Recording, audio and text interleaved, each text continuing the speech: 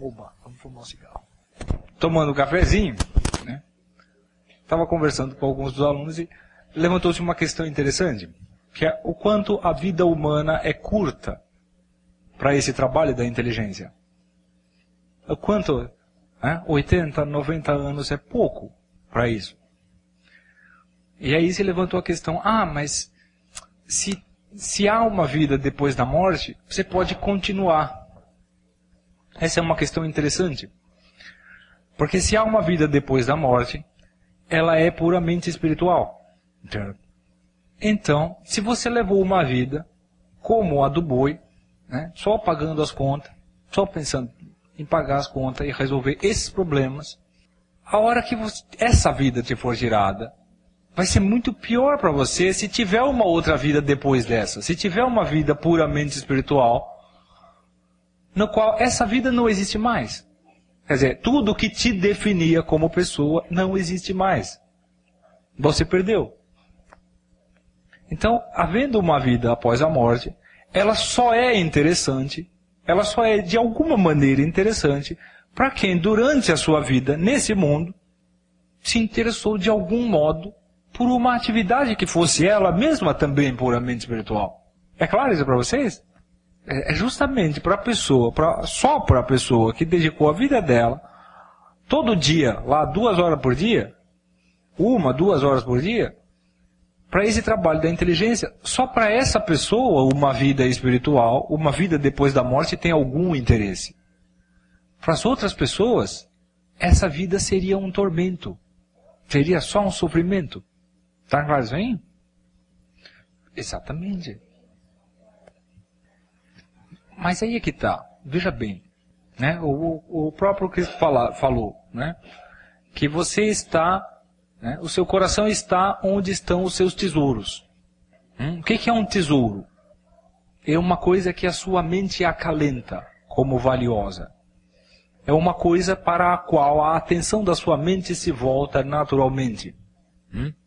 Se a sua mente está o tempo todo ocupada, tem que pagar a conta disso, tem que fazer não sei o quê, tem que não sei o que, tem que arrumar aquilo, está só na vida biológica.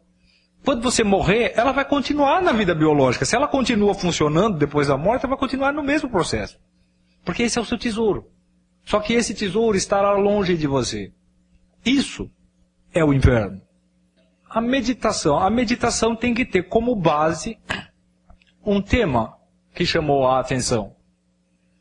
Existe um clássico sobre a meditação, uma grande obra sobre a meditação,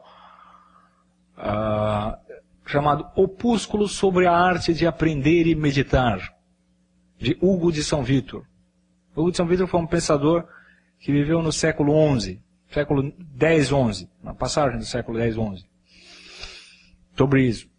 Ele fala, sim, uma das atividades mais importantes da vida humana é meditar. A vida humana é meditar.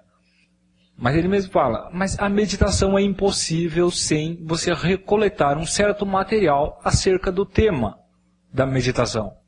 Porque toda meditação é acerca de algo. Ele, onde você vai achar esses temas? Ele dizia, só tem 2 fontes de temas para a inteligência humana. A natureza e os livros. Não tem outras. Claro, se você tiver a felicidade de, morar no meio de um bosque maravilhoso, você pode tomar como base para a maior parte das suas meditações esse cenário idílico. Você sai da sua casa, senta do lado do riacho, fica ouvindo o barulhinho, vê as árvores, o ventinho passando, e aí você vai usar isso como temas de meditação.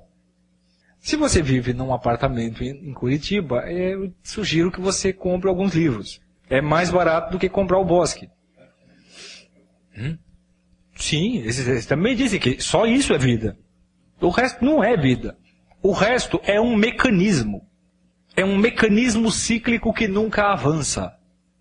Entendeu? A gente pensa assim, não, peraí, se eu tiver mais dinheiro, o problema das contas vão sumir. Mentira, se eu tiver mais dinheiro, o problema das contas vai mudar de escala. E vai continuar existindo. Do mesmo jeito. Se eu tiver R$1 bilhão, o meu problema de contas será na escala de R$1 bilhão. Por quê? Porque isto é um mecanismo cíclico, que não tem saída. É como a necessidade de alimento, a necessidade de sono, a necessidade de sexo, tudo isso aí. Tudo são mecanismos cíclicos. Você vai dar uma volta no relógio, você vai precisar disso de novo. Depois vai acontecer de novo, de novo, de novo, de novo. E assim vai ser a sua vida toda. Isso não é vida. Isso é um mecanismo. É somente na parte intelectual e espiritual que você possui uma vida.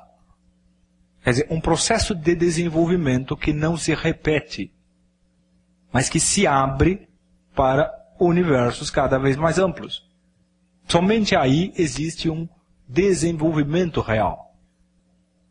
Aliás, esse é um dos temas favoritos dos orientais em meditação. Quer dizer, este mundo é samsara.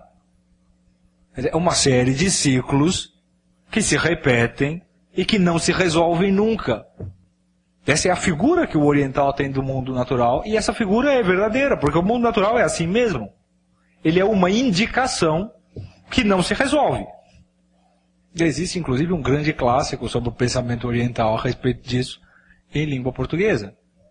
A doutrina Zen da não-mente, de D.T. Suzuki. Esse livro foi traduzido para o português, está uma tradução até razoável. Aí, quem se interessa por coisas orientais, o que o oriental acha que é meditação, o que ele acha que é o mundo, o que ele acha que é o ser humano, tem uma lida nesse livro. Foi um dos maiores pensadores orientais do século XX.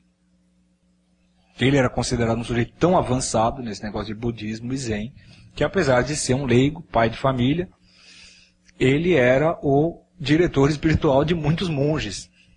Muitos mosteiros convidavam ele para instruí-los acerca do que era meditação oriental, do que era a vida espiritual. Diga. Não, a mente é o sujeito do pensamento.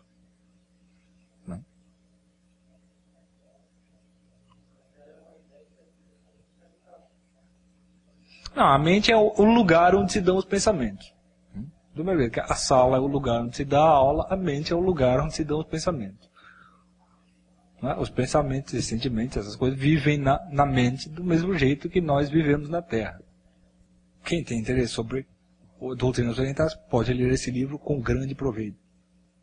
Apesar de ser um livretinho, lá 120 ou 130 páginas, é um negócio que pode acompanhar o sujeito pela vida toda. Ele pode ler e reler aquilo, que ele sempre vai sair frutos. Deu para deixar claro? Quer dizer, a importância disso aí. Quer dizer, isso aí é que põe o sujeito na dimensão realmente humana. É só isso que distingue a gente dos animais. Não é o nosso jeito de pagar as contas com o real. Né? Os animais, eles pagam com esforço físico. O boi tem que andar até a grama para pegar. E a gente paga com um pedaço de papel. Mas esse pedaço de papel significa esforço físico. É a mesma coisa. E pensem nisso. Se existe uma vida após a morte, ela é um tormento para quem não viveu uma vida intelectual e espiritual antes da morte. Ela é só perder o que você tinha. Então, com este pensamento, eu vos deixo. Se existe uma vida após a morte, ela é um tormento para quem não tinha uma vida intelectual e espiritual antes da morte. Ela é só perder tudo. Então, boa noite a todos.